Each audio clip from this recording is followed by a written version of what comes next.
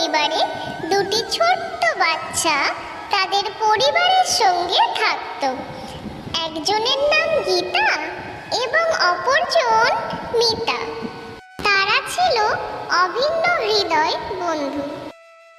গীতা ও মিতা তাদের মা বাবার বাধ্য সন্তান ছিল।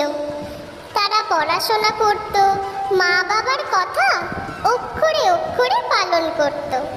বাকি সময় তারা মাঠে ঘাটে ঘুরে খেলা করে বেড়াতো।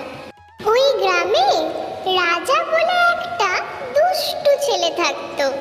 রাজা এই দুজনের বন্ধুত্ব একেবারে সহ্য করতে পারতো না। গীতা আর মিতা একদিন একটা গাছে পাখির বাসা দেখতে গেল। ছোট্ট ছোট্ট পাখির ছানারা হাঁ করে